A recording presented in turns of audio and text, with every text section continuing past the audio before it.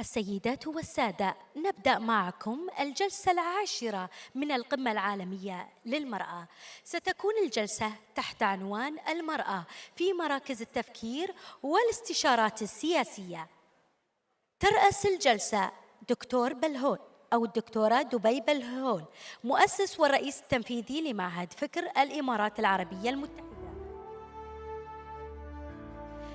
المتحدثون الدكتور ونان شياو، نائب الرئيس التنفيذي لمؤسسة آسيا باسيفيك للتبادل والتعاون الصين. أليسا وحيد، عضو مجلس إدارة مؤسسة نهضة العلماء إندونيسيا. الدكتورة كونول، الأكاديمية الأذربيجانية الوطنية للعلوم أذربيجان. والبروفيسور أفتاب كمال باشا، جامعة جواهر لال نهرو الهند.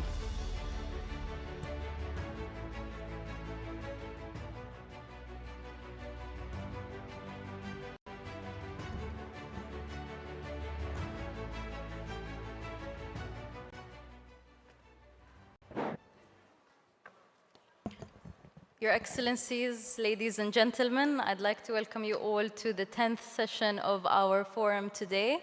Allow me to introduce myself. My name is Dubai Bilhol. I'm the founder of Fikr Institute, which is an interdisciplinary think tank based here in the UAE, and I'm delighted to be chairing this panel of esteemed speakers today to discuss the role of women think tankers and the role of women in political policy research and advice. Broadly speaking, this session we will be able to hear firsthand from expertise of different contexts and different continents, and we'll also be able to have a very honest debate and discussion on I would say the future of policy research, strategy development, as well as high-level political recommendations that may be applicable to both regional and global settings. So allow me to first introduce the panel. We have with us Mr. Huan Shou. He's the Executive Vice President of the Asia-Pacific Exchange and Cooperation in China. Ms. Elisa Wahid, the board member of the Nahdatul Ulama in Indonesia, and Dr. Konul Bonizadeh from Azerbaijan's Academy of the Sciences, and last but definitely not least, Professor Aftab Kamal Basha from the Jawahir Lal Nehru University. So we will be starting the session with a few opening remarks, and I'll give it over to Mr. Huan for his intervention. Go ahead, please. 好，谢谢。我首先要感谢组委会确定了这个话题，因为在我以往从事智库过程中，第一次怎么样把女性在智库中发挥作用的这个话题提炼出来，我想是有着一个特别的意义。我们众所周知，智库主要是一个我们说做顶层设计，第二最重要的是在一个国家的大的一个对外和对内的一个战略定位上，在发挥一些作用。那么在这样的一个作用中，女性她扮演一个什么角色？我们首先要回归到智库，它在发挥什么作用？它们两者之间的一种关系上来讲，我来分享一下我的几个观点。第一个，当前的智库所有都聚焦全球的重大问题，而今天全球的重大问题，我认为主要是在两个层面。第一个层面就是我们如何解决一个可持续发展的问题，或者就是我们如何既解决，在联合国的千年发展目标中，就是如何解决贫困，一个如何解决可持续发展。而恰恰在这个问题上，我们全球有2位女性做得非常不错。一位是美国的格莱美Foundation， 它的创始人就是一位女性，叫苏珊。我们知道 Yolos， 就是这个应该是那个孟加拉的这位拿到诺贝尔和平奖的这个，当年他就是从这个基金会走出来，他是他国际部主任。那时候我曾经给他做过一些方面的一些工作。第二个呢，就是我们讲的可持续发展。其实联合国今天派到日内瓦主持可持续发展的副总干事长，也是一位女性。所以说，我在想，女性在实现联合国千年发展目标中，无论在解决贫困，无论在推动可持续发展中，不仅仅来自于我们刚才讲的这2位女性，其实有很多女性在这个领域中发挥的重要作用。那么第2个问题，就全球的第2个议题，就是战争与和平的问题。在阿布扎比应该是卢浮宫在这儿建了一个。那么我们到卢浮宫，在巴黎啊这边我们也去过的第4楼，有个非常著名的一幅油画。这个油画就是自由女神引领人民。其实为什么用妇女的一个角色，在表达对人民的一种自由的引领？其实全世界在表达战争与和平的时候，在很多层面上实际上是在运用女性的力量，或者运用母爱的力量来表达的和平。所以说，我想针对当下这样的一个就是说全球关注的问题，女性她本身就扮演了一个角色，本身也演绎了这个角色的独特意义。那么第2个层面就是在政策的制定层面上，那么女性在面对的这几个政策的制定上，我们想它有它的独特性，也能发挥它的特别作用，甚至某种程度上在执行层面也有它的作用。因为在执行层面，作为智库来讲，其实要承担着很多我们说的危机公关作用。其实今天穿梭在世界，解决到地区争端的时候，其实都有很多女性的特使，她们在解决世界一些棘手的问题。我这次参加这个会议，看到这个话题以后，我其实因为今天我们开幕式有印度总统给我们支持，今年我们 G20 会议是在印度，所以我昨天也向印度的 G20 峰会提出了一个建议。因为 G20 峰会其中一个板块讲非政府组织在全球治理中怎么发挥作用，其中我把今天的我们的议题告诉他，我们希望在 G20 峰会里面，我们继续来探讨这个话题。那么中国文化呢，在讲了一个2024年进入9火运。9火运中最明显的特点，就强调一个女性将是未来世界这个引领力的作用。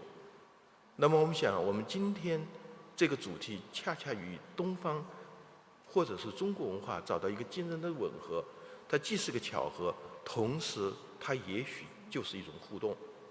我们希望未来在全球的治理上，在推动世界的和平与发展上，我们女性发挥更大的作用，借助智库这个平台。谢谢大家。Thank you very much. I think it's a very important point you bring up on the role of women in NGOs, as well as empowering women in NGOs and grassroots movements. I'll come back to you on that once we go into questions. I'll give the floor to Ms. Elisa. Thank you, Ms. Chair. Assalamualaikum warahmatullahi wabarakatuh. Good afternoon, ladies and gentlemen. For opening our discussions, I would like to share my experience in working in advisory roles and a think tank in Indonesia. We have 3 kinds of people globally. A person of ideas, a person of strategy, and a person of action. I am a person of strategy, so I would be talking about sharing about the strategies and how to work in a more effective way in think tank and policy making. For me, for my personal journey, I started this journey of working about 12 years ago. There are 2 sides of bringing women into policy making, advisory roles, and think tanks. The first one is personal capacity. Leadership is influence. And to have influence, you need to have trust by the people that you want to lead. And I learned about this quote that I really love. Without integrity, no one listens. Without trust, no one follows. So we have to make sure that we have the capacity to lead, to be able to come into a think tank and a policy making work. And the second one is about how to make sure that our work as women leaders in think tank and advisory roles are really effective and effecting changes. So for me, usually I would go with the framework that I learned from Professor David Elcott from New York University. He said that for a sustainable change, you need to work on 4 aspects. The first one is building a sense of urgency. So making sure if we want to bring voices of women, perspective of women, and women's experience in policy making, we have to make sure that we can build a sense of urgency on why we need women to be in that forum. And the second one is to make sure that we have the buy-in from other stakeholders within the think tank itself. Because if we get the buy-in, it will be easier for us to lead the change. And then the third one, something that sometimes it's forgotten, is about the capacity for change. We want to make sure that the women within the think tank also have the capacity to effect change. If we want to accelerate the change, then we need to have more skillful women within the think tank. And then, of course, the last one is about actionable first steps. Sometimes we talk a lot, but we don't. We have a wide gap between knowing and doing. This is the knowing-doing gap that we need to work on. So effective role within policy making institutions for women, mostly about personal leadership, and then to find how to work more effectively. But I always believe that we need women voices, women's perspectives, and women experience in policy making, because I believe that we can only achieve sustainable and just and peaceful society by bringing more women into the policy making. Thank you. Thank you. I fully agree with that. We'll go to the next speaker, Dr. Konul. Yes, thank you very much. First of all, I would like to thank Sheikha Fatima bin Mubarak. It's an honor for me to be here, and it's an honor for me to present my homeland, Azerbaijan, here. I'm from Azerbaijan, from the land of fire, and I would like to say some words about Azerbaijani woman. Who is she? Azerbaijan is the first democratic republic in the East where women were given the right to vote. It was in 1918. And women had their own journal, Light Woman, and they had right to include, to build young republic. And I think it was a respect. It was a traditional respect to Azerbaijani women. Our national flag, tricolor flag, has 3 colors. First is the blue. It means Turkic heritage.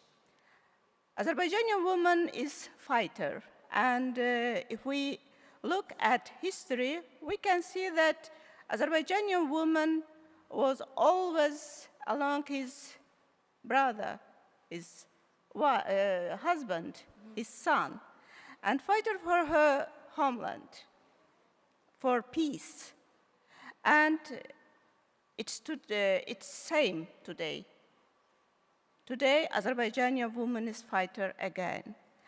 And we can see it in our old books, masterpieces, and today.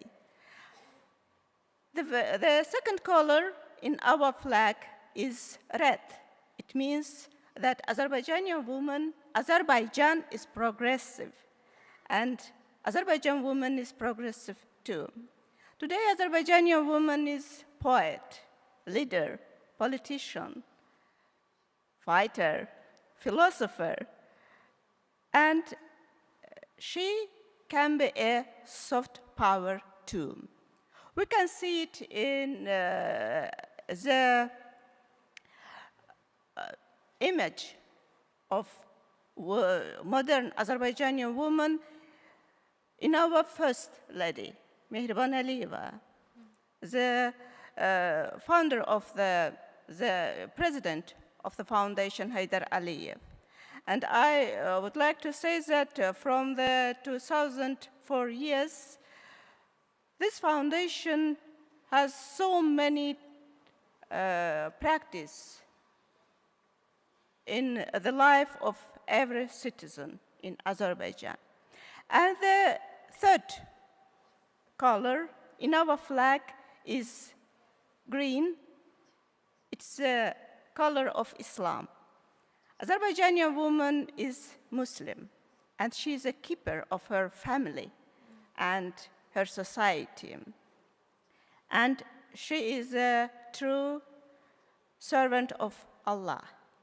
And I would like to say some words about the Nabat Khanım Ashurbayli, who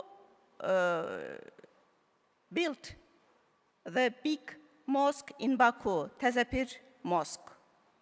And she built it, she financed the building of this mosque. So we have a tradition, and Azerbaijani woman embraces all these three traditional lines. Thank you. Thank you very much. We'll go to Professor Aftab. Thank you, Chair. It's an honor to be here, the Global Summit of Women. But when the organizers approached me to speak in one of the sessions, I thought they have dialed the wrong number. I was not very sure. I said, please double check. Then they insisted, and they said, perhaps they had done some ground research work, and somehow they discovered that I have been supervising and guiding students for over 4 decades. And the statistics they reeled out from my MPhil and PhD students turned out to be female students. It was a pleasant surprise to me also to be reminded. Perhaps that's one reason why I'm here to speak in the Summit of Women.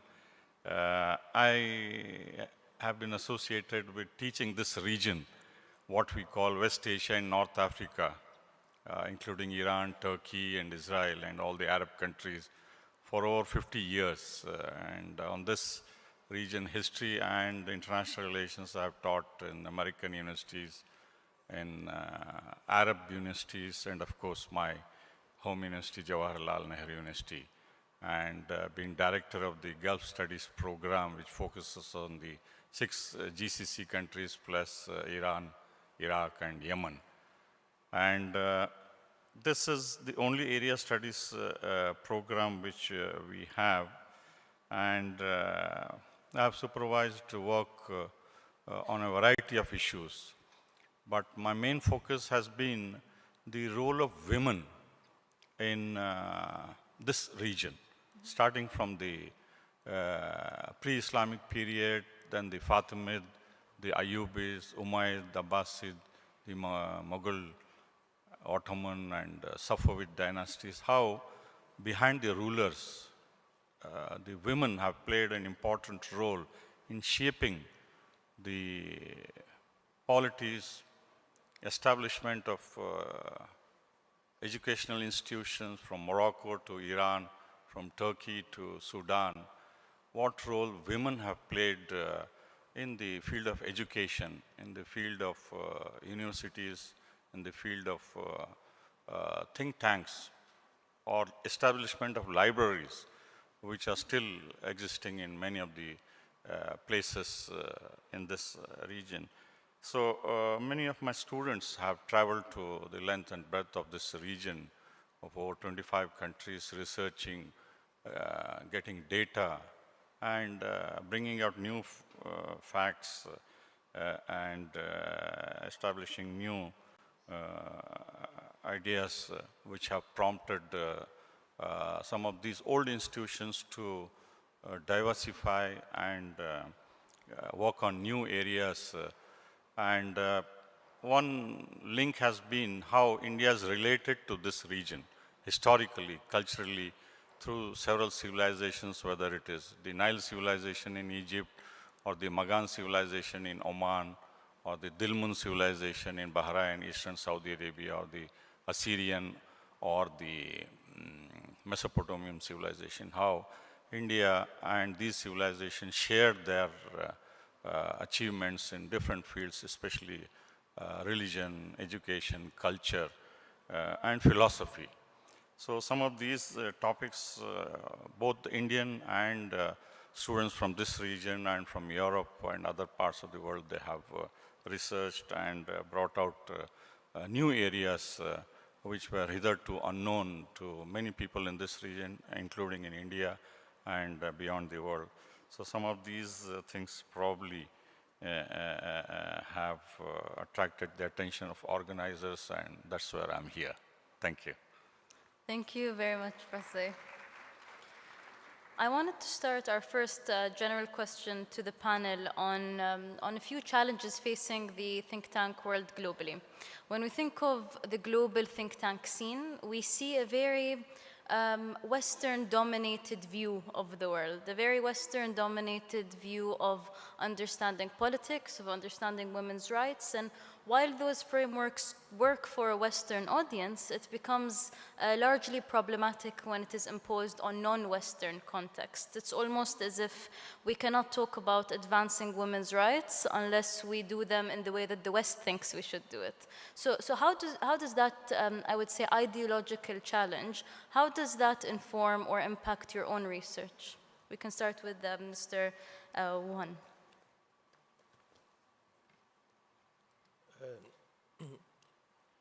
中国有一位领导人啊，叫毛泽东，曾经说过一句话，叫"妇女能顶半边天"。中国的女性，其实她在无论是政治、经济、社会、文化中发挥这个作用还是比较强的。我们像比如说，当年我们有一个副总理叫吴仪，其实我们在智库领域也有很多女性。 但是东方的这个女性的发挥的作用呢，它更多的是从东方的一个角度，除了一个政治结构之外，它比较强调叫阴阳。刚才其实我在听他们几位演讲的时候，我在想，就作为智库这个平台，为什么女性要发挥作用？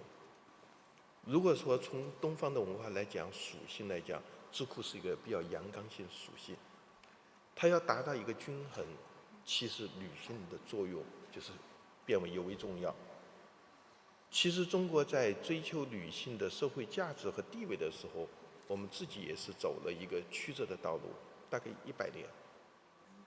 我还记得我的那个时候，我们受的最深的一本书，叫西蒙波娃写的《女性》，啊，她的第二性女人，啊，所以实际上中国的妇女也是在过去100年中。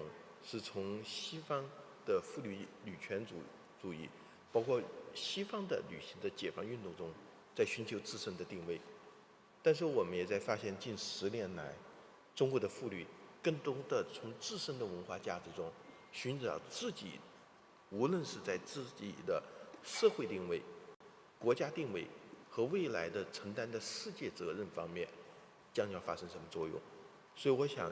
你刚才提的这个议题是非常有意义的，我想可能作为东方、亚洲还是其他的非来自于西方世界的女性，我们怎么去思考？我们如何建立我们女性的价值体系？我们如何把我们自身的文化中结合起来，来定位我们的社会角色？谢谢。Thank you very much. We'll go to Ms. Elisa. Yeah. So. About the westernized way of seeing the world, I think the world is evolving right now. Like we know the SDGs motto is Leave No One Behind, that includes the perspective and the way we see things. So this is a time for inclusion. This is a time for diversity and equality. So we can reconstruct, we can redefine, we can recreate the way we see the world and the civilizations that we are having right now. But for me, we need to focus on the principles, not get trapped by framework of this is coming from the West or this is coming from the East. If it is based on principles of common goods, then we can keep it. In my organization, in Nahdlatul Ulama, we have a saying that that guide us. It goes like al-mukhafadhu ala qadimi soli wa a'udhu bil jadidil asla. To keep old tradition that is still good and benefiting us, but also not be afraid of modernization, of progress, if that progress give us a better option, better world. So making sure that we stay on principles. Sometimes I see, like, for example, when we talk about the women movement, some parts of, even in my community, I mean in the Muslim community in Indonesia, we will face resistance like it's coming from the West. It doesn't really matter where it comes, but what matters is whether it's based on principles.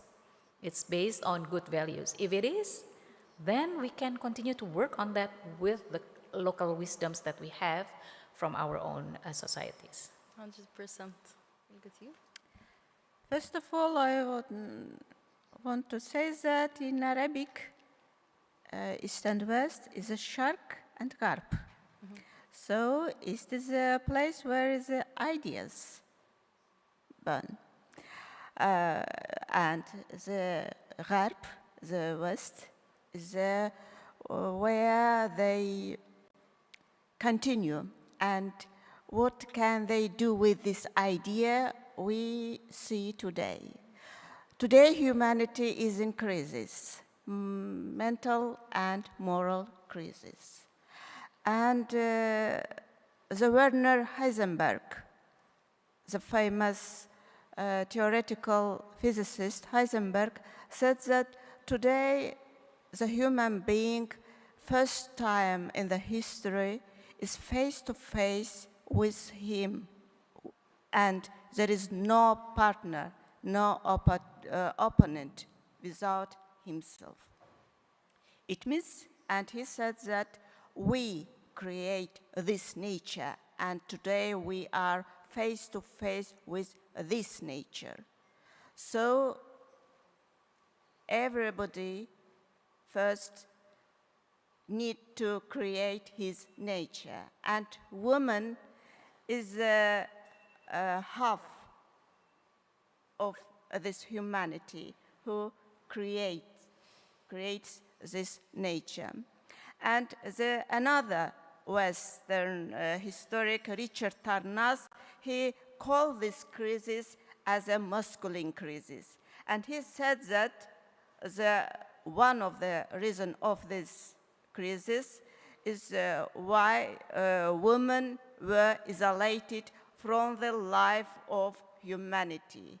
She was isolated and she was closed and limited in her feminine personality. So, as Simone de Beauvoir said, she is only second sex. No, woman is not only second sex. She is a human being. She is who Allah created and taught her his names too. So when woman understood it, she can understood who is she. And it's only in the East, not in the West. Thank you very much, Professor. Yeah, you have raised a very fundamental question. The chair has raised such a profound question. It can be looked at from different angles. One is the world is in transition. It's in a political flux. It is no more a unipolar world. We are inching towards multipolar world. And in this, the old civilizations are slowly finding their way, whether it is India or China or other Asian civilizations, which were for centuries victims of colonialism and occupation. So the old civilizations are rediscovering their old heritage, their contribution, their achievements, and in that way, the thinking process also is emerging from these societies, which are contributing to whether it is a new century of Asia or the new power centers which have emerged from China to Korea to Japan, India, and Indonesia and beyond in the Asian continent. I teach political systems in this region. And when I was a student, I was told that the developing countries' political systems should have all the structures which the Western political systems have. But soon I realized whether it is Saudi Arabia or Oman or any other country were functioning political systems, where they had almost all, but they had a different take, whether it is democracy or existence of monarchy or various other structures. It is possible that they can have their own majlis system, for example, which is quite popular and working well in some of these Gulf countries, or the international law. The perspective from Asia, from India, from Algeria, or from Iran, or Turkey, or some of the Southeast Asian countries. There are very renowned international scholars who have specialized in different aspects of international law. And that looks at the Asian narrative, not necessarily the Western narrative. So in that way, the new think tanks which have emerged in many of the Asian countries or even African countries or Latin American countries, they are looking, the scholars from these think tanks, from these universities and other research centers, they are looking at social problems, political problems, cultural problems, gender issues, climate change, sustainable development, all of these things, how they can be very different, because the type of development which Europe and America and the Western countries have adopted is simply not sustainable, given the limited resources we have and the damage these type of developmental practices have landed us in severe climate problems affecting the developing countries, the countries in the South. So a new narrative, new attempt to reinterpret the ways and means of development is emerging from these countries. So in that way, I think in the future, there will be many more studies, policy studies, which emerge from these countries, which will increasingly adopt a different type of development process, which will be more useful and more practicable and sustainable in these countries. For example, even on the issue of, social issue like family. In the Asian or Oriental context, it is the family values, stability, respect for parents, elderly people, teachers. These are fundamental.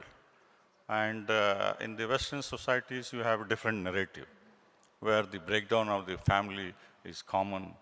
I have taught in many Western universities, the kind of student-teacher relationship is very different from what you find in India, for example, or in other Asian countries, where the knowledge imparted by the teachers and other gurus is valued immensely, and the respect teachers command is very different. So in that way, the social stability, the social values which young children from parents, from their peers, grandmothers, and others imbibe is very different from what the Western societies have to offer. So in that way, your question is fundamental in the sense different narrative is emerging in all encompassing political, social, strategic, economic, and climate change and sustainable development.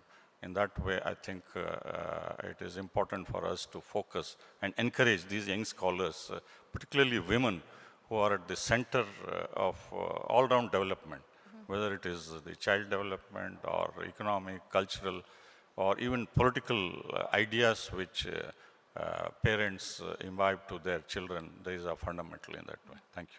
Thank you very much.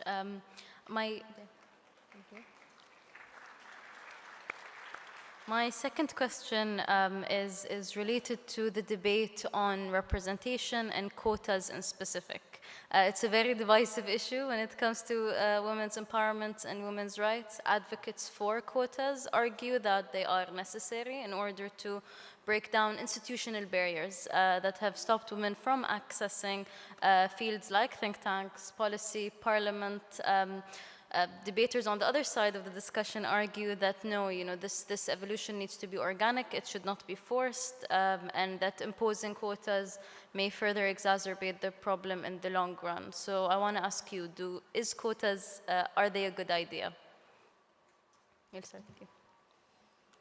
我觉得这个是一个非常好的主意，尤其这一点对于中国女性来讲，我们应该不仅是向西方的女性学习，甚至我们还向印度的女性学习。就是我们知道，我们东方的女性很多的，除了关注家庭之外，她们比较注重在教育啊、文化，甚至慈善这个环境。但是一个社会的发展，毫无疑问，它的顶层设计是决定了这个社会发展一个最重要的因素。所以说我经常想，不仅女性的权利来自于整个社会的权利，来自于国家的走向，女性要更多的去发声。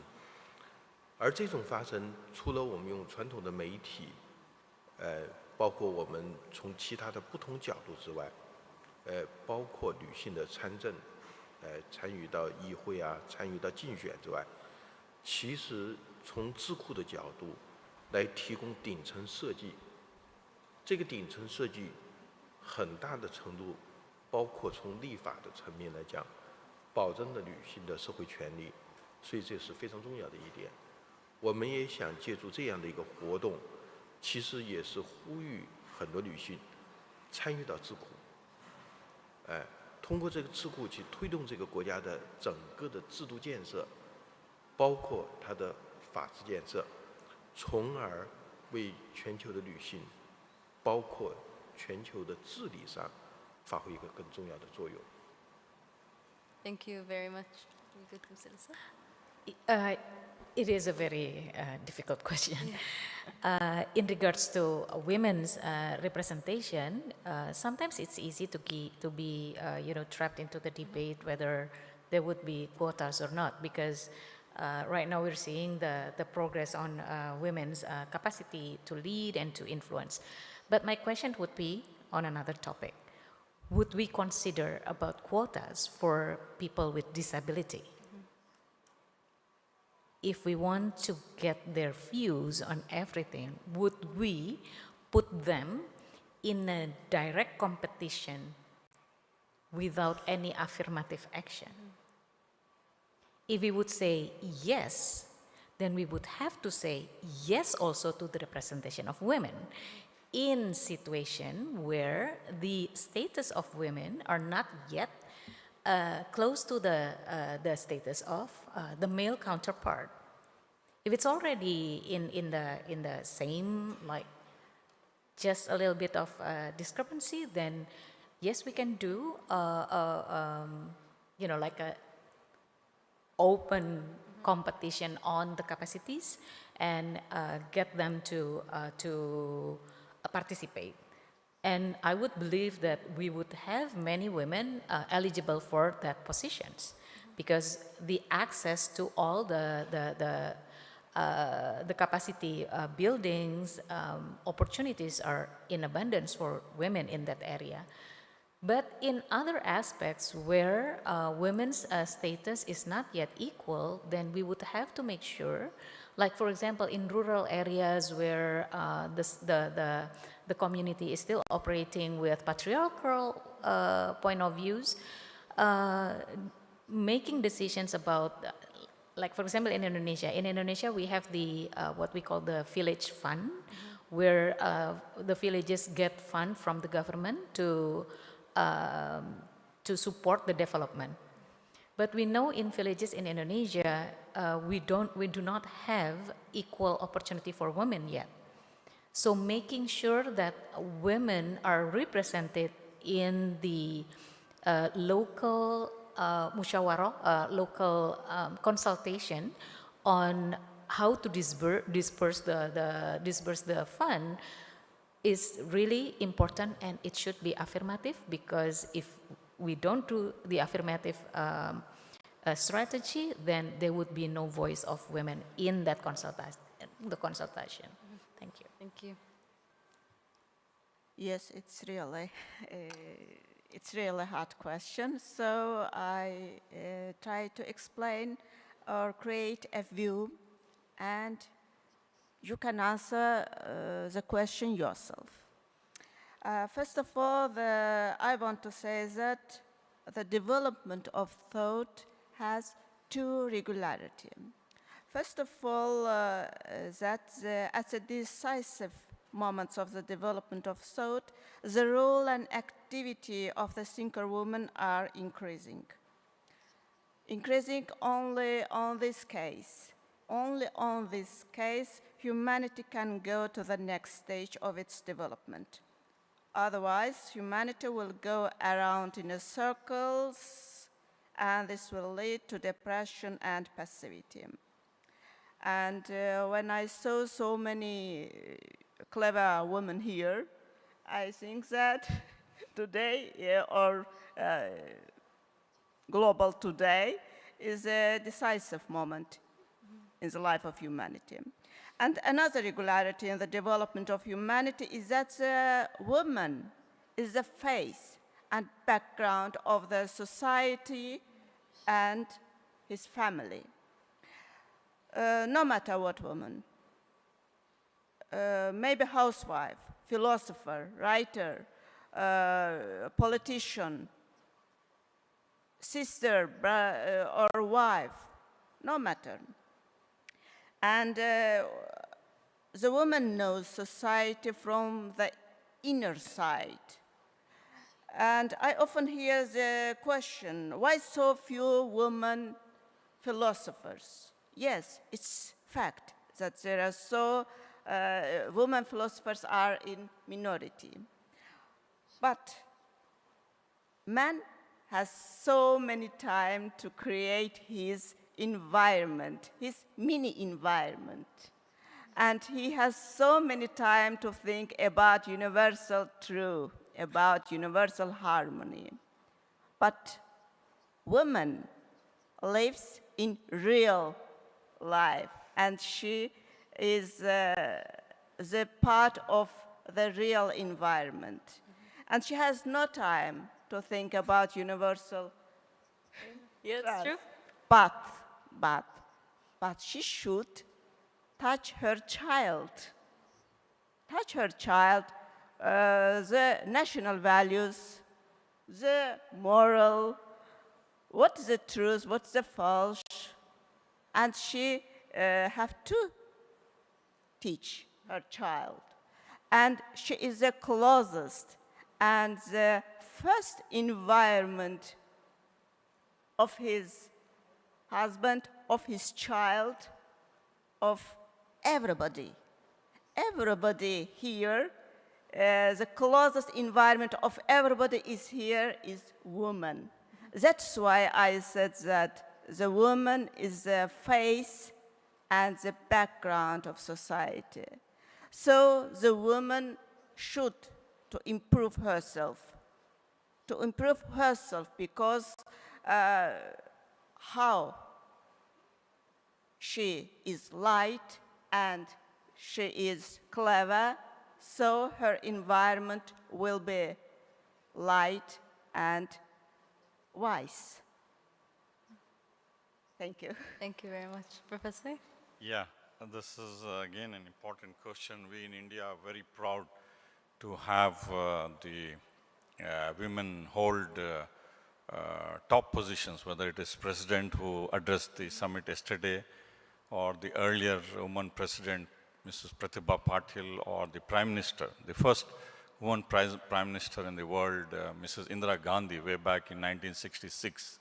It was later on Golda Meir became prime minister in Israel, and then Benazir Bhutto, Khalida Zia, and Sheikh Hasina, and Sri Mava Bandaranaike, and many others in other countries. We have had not only the Speaker of the Lok Sabha, that is House of the People, or the upper house by women who led the houses, but also state governors, state chief ministers. The first Supreme Court judge was from the southern state of Kerala, Fatima Bibi, first judge, and of course several ambassadors, vice chancellors, ministers, including IAS officers, foreign service officers, police officers, so on and so forth. All of them reached this top position without quota or reservation, purely on their merit. But the basic point how and why they reached this top position was the availability of education. For them, in many southern states, the level of education literacy is very high. For example, Kerala or Tamil Nadu or Karnataka. There is disparity between North and South India.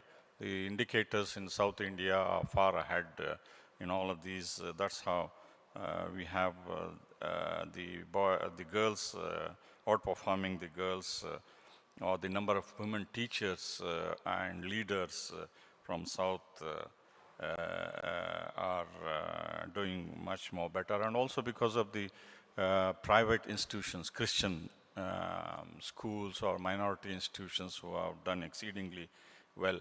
But in my own university, I have seen over the last 40 years that some of the students who were able to get through the quota, because we have reservation from backward districts, educationally deprived areas. And as a girl child, we also give 10 points out of the 100 points. So the girl child has been able to get much more representation and improve her skills, and went on to give leadership in administration, in journalism, in teaching, and so on and so forth. So in that way, in some areas, it is required, quota system. But unfortunately, at the political level, the leaders have not been able to come together. There was a proposal to have 33% of the seats reserved in parliaments and legislature, but for various reasons, the parties have not come together. But in many of the educational institutions, there is quota, which has helped the girl child, and also scholarship schemes. For example, there is one unique scholarship from the central government and state government where if a parent has only girl child, she is given scholarship throughout her studies. So which has helped many families which would otherwise have not acquired education or better job and their critical role in the society. So in some areas, it has to be a well thought out process wherever it is required. For example, as I said, in South India, many of the girls from even backward areas, they perform very well because of the educational institutions, well-established educational institutions. But in some areas, the reservation or quota system is essential to bring them on par with other students. So in that way, it has to be a happy blend of reservation and encouragement in other fields. Thank you. Thank you very much. We have time for one more question, and given this is a research and policy panel, I would like to end on a data-related question. Should research methods incorporate a gendered perspective? Meaning, when we want to study things like the role of women in the workforce, or we want to measure the productivity of female workers versus male workers, there are a lot of factors that we don't put in the study and the research question that may hold women back in comparison to their male counterparts, particularly on issues like family care and familial obligations. So should data have a gendered lens, or would that not be in the benefit of women? Should men ask for more rights on that debate? We can start with Mr. Wang. 好，刚才谈到这个人力资源的问题，在这里呢，我想分享一个中国目前的现状。中国目前受高等教育，如果说在社会文理层面，男性和女性的比例是2比8，20%是男性，80%是女性。中国在硕士，尤其在博士这个层面所受教育是1比90，就是90%都是女性接受了博士和硕士的教育。那么从这个受教育的程度来看呢，中国目前在从事智库研究方面的人力资源这个问题，倒是没有这个问题。但是另外一个问题，主要是产生在，就是说他们是否去选择从事智库这个工作，尤其是是否选择从这个角度去来推动妇女的权益和去维护妇女的利益。所以这个呢，又是个观念的问题。所以我们非常希望呢，在这个问题上，尤其面对于中国女性的问题上，打开这个观念，这就是我们的一个非常希望要做的一个工作。谢谢。Thank you very much. Okay, I will answer that by taking one example from the Indonesian journey. Back in 1960s, we have the two largest women organizations within the Muslim organizations. Muslimat from Nahdlatul Ulama, this is the biggest women's organization, Muslim organization, and then Aisyah from Muhammadiyah. Because they operated birth clinics, they still operate birth clinics everywhere around Indonesia. They had this data on the high maternal mortality rate and infant mortality rate. So they took this data up to the head of the leadership within their organizations and asked for responses from the ulamas, from the religious leaders, the male religious leaders. They pushed through until they get response from the male ulamas.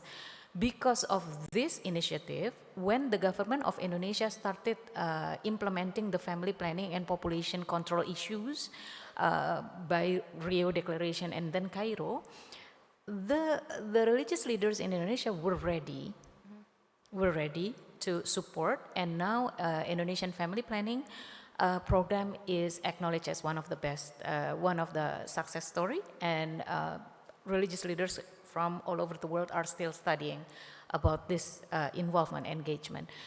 That happened because the women gave the data without bringing in the experience of women, and especially the data from the forefront, from the field. It would be the policy making would not be completed, would not be complete, would not be comprehensive, and would not address the respective issues. So for me, data should be gender-based and had to incorporate women's perspective. Thank you very much.